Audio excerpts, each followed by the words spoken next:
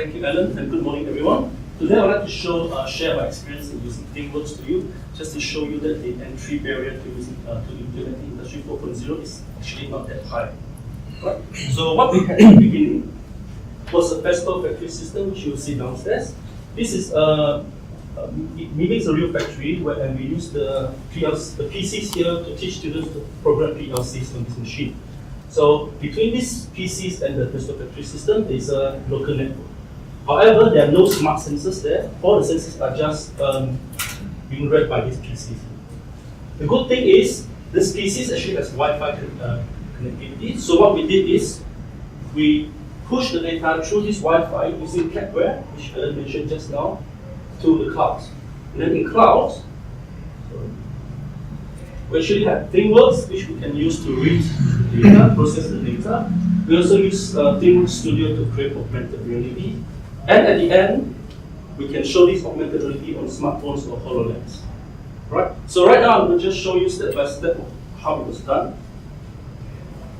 So the first step was, how did I push the sensor data up to the cloud? It's pretty straightforward. I just need to install Catware. Okay? And of course, some settings to do. I need to set up IP addresses. Okay, so for instance, if this PLC here is 192.168, etc., I need to key that into this Catware software so that it will be streamed to the cloud. One more thing which I need to do is to export the PLC text. I think you understand what text is. It's the names of the input outputs. For instance, I have a Q1 indicator lamp here. So it's the status of the lamp, whether it's on or off. So I export this PLC text or names to Catware, and it will be sent to the cloud. That's the first step.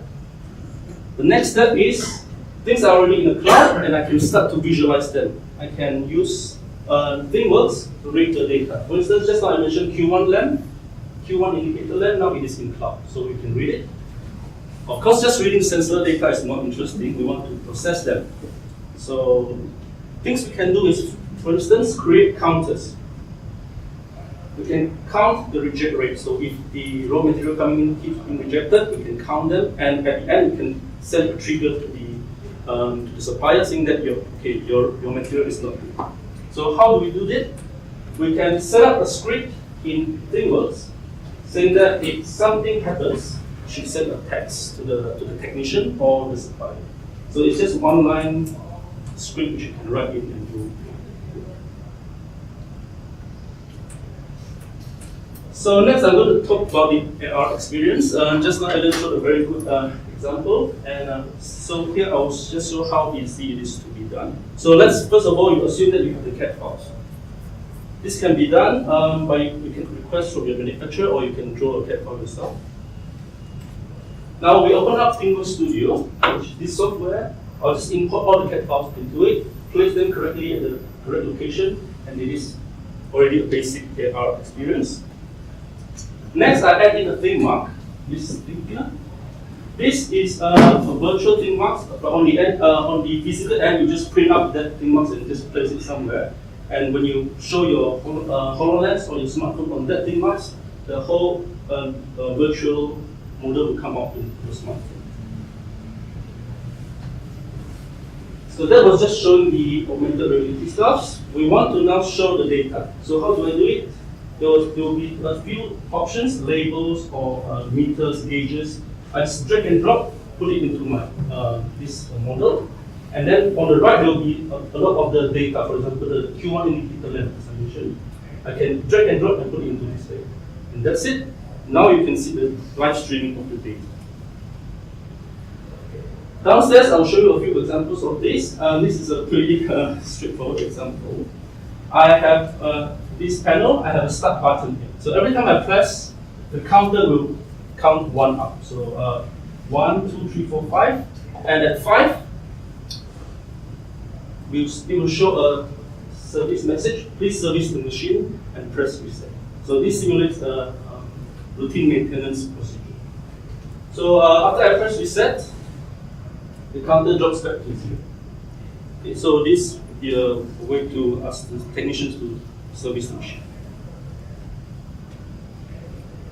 Another use of AR is to create a service instruction. And how is it done? It is actually done in a software called Create Illustrate, and it is very straightforward. It actually looks like PowerPoint. So what I need to do is just slide 1, step 1, slide 2, step 2, slide 3, step 3, etc. So in this example, what I try to do is, let's assume that this is a raw material tank. If it's empty, I need to put in materials. So what it tells me is just to open the cap, put in material, and close the caps. Very simple, but just shows me how it's done. So, like I said, step 1, etc. How did I actually open this cap? There's some tools on top which is like translate or rotate. So I just need to use them to open up this cover, close the cover. At the end, I'll just need to save this as a .pvc file, and I can import into ThingWorx Studio. And so you will see this downstairs also. I'll also open the cap. A more interesting example is this one. So I have 3 color sensors, and they are lying side by side. So for instance, if one of them is damaged, what you need to do to open up and replace them? So the AR will show me that I have to take out all these one by one, remove all the tables, and put in the new one. So the conclusion I'd like to say is that we started off with a 9-year-old system. It had no Industry 4.0 capability, but the keyword is, without changing of any of the hardware, we were able to push the data up to the clouds by using ThingWorx industrial connectivity or CADware. In the cloud, we use ThingWorx to process data. We create alerts, counters, etc., and generate service messages. I use Create Illustrate, which is the PowerPoint-like software, to create the service instructions. And at the end, I will just use ThingWorx Studio to create augmented reality. My thoughts about this ThingWorx software is it's very easy to learn. It took me about maybe 5-6 hours just to do that, and on a part-time basis, so not full-time. And so it's very user-friendly. So a lot of drag and drops, a lot of wizards to get you through the steps. And future work I would like to do is, there's one component called ThingWorx Analytics. It actually does machine learning and detect anomaly, and if I had a chance, I would try that. Also, I can do advanced formatting JavaScript. So on this JavaScript side, right now I have one master student trying to program a robot using this ThingWorx as well. So he can hit a button in the robot. So that's about my experience. Now I would like to lead you downstairs to have a view of the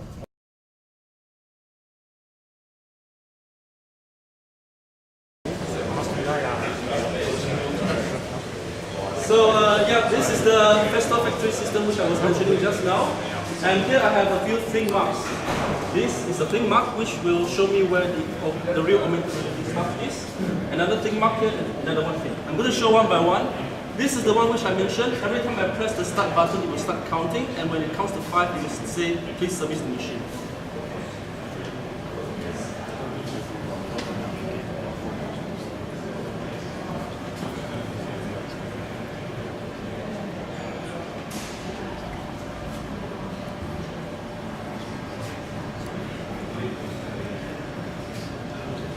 So you can see that this run since last service, 0. Start button pressed. So I'll press the button. So it's real time data update.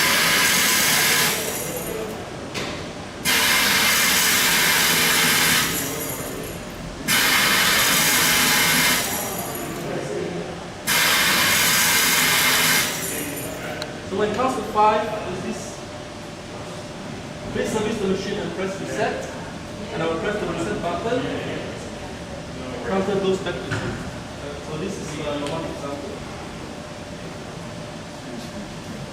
Sorry, my hand isn't that still. And the next example I will show is the service instruction for the color sensors.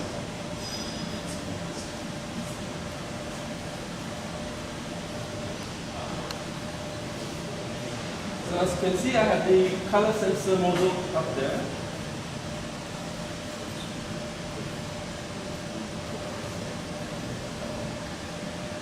And what I was told that it depends on your device. My device is not very new, so it's not so sensitive.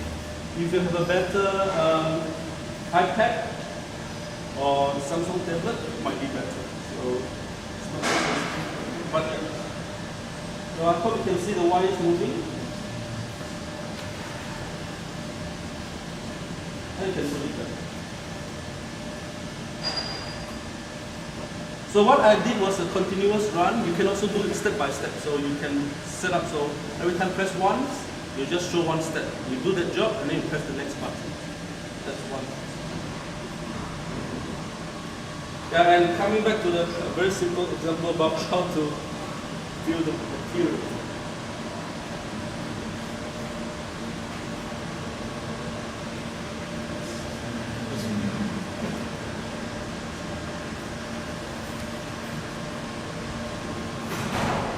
So the cap opens and closes.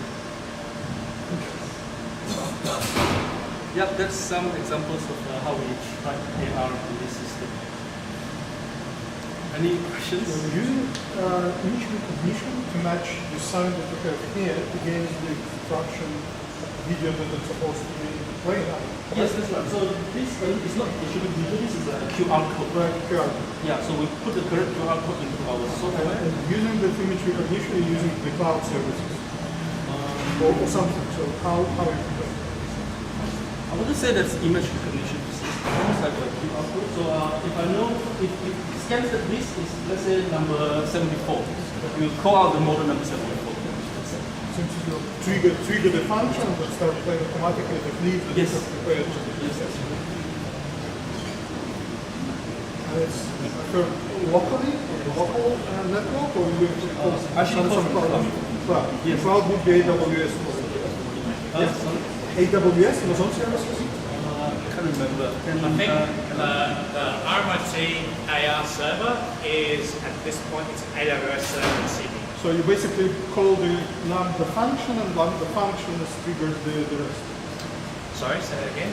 So you call AWS lambda function. It's a technical term, so if you don't know this, that's what we want to do. Alright, so this functionality actually matches the image. Oh, no, Like a QR nothing to code? do with Amazon. This is PTC before technology to do that matching up. Yeah. So essentially, the server where all of the AR information, like the models that are downloaded and stored, that's an AWS server. Yeah. But the actual technology to read that marker and determine which server to go to and download the equipment, that's all PTC's before technology to do that. It's not any Amazon AR technology, it's all PTC's. They're just using an AWS server to store the server, that's it. So the ThingWorx server, where the actual data is going to, is also on the AWS cloud, and the Kepler server is locally here somewhere in the AMP. Yeah. So it's the next, In the main building. that's right. The IPS. We have shown for ThingWorx Yes. one set of functionality. One is for service instructions, Yes. one is for filling in, and one is for live data. Yep. Can you have for one ThingWorx like instructions and live Yes, data? you can. And even if you have just one ThingWorx, you can also, I mean, if I program this with two functionalities, I just need to choose which one. So it will open up two for me to choose. I'll choose one. So the programming of a ThingWorx, is it a service from PTC provides the customer with the ThingWorx. There's actually multiple ways to do it. So the ThingWorx was the original method, the only method. And in recent times now, there is if you just want to put a model on the floor, like the IKEA example, we can do that. Just find a flat surface, drop the model down. There's no real world alignment with that, apart from putting it on the floor. If you've got a full 3D model of the system, you can actually do 3D object recognition to align and scale to that. And then we can also do an image target. So that's just a picture. So you can have like a brochure. That could be your actual target. So the whole picture becomes the target. So there's 4 different ways to do that. So that means you don't necessarily need to have this ThingWorx. That one's the ThingWorx. So the beauty of the ThingWorx is that essentially that code of dots around the outside is basically like a QR code, right? So there's uniqueness in there. So like you saw how Jab can scan, each of them they'll load different things. Or like you asked the question, you could actually have the same ThingWorx 3 times, and when you scan it, then you have to choose the appropriate one. Like thinking this way it's simpler, right? You just make sure the person's going to load the right experience. A new addition that came in just last month, which I haven't had a chance to do it as well, is to use a barcode reader. So you can actually start the experience, use a barcode reader, then scan the barcode, which will then connect to the back-end system and say, well, this is the particular device that I'm reading from based on a serial number, so pull the IoT data out for that device. There's a few different ways to do it.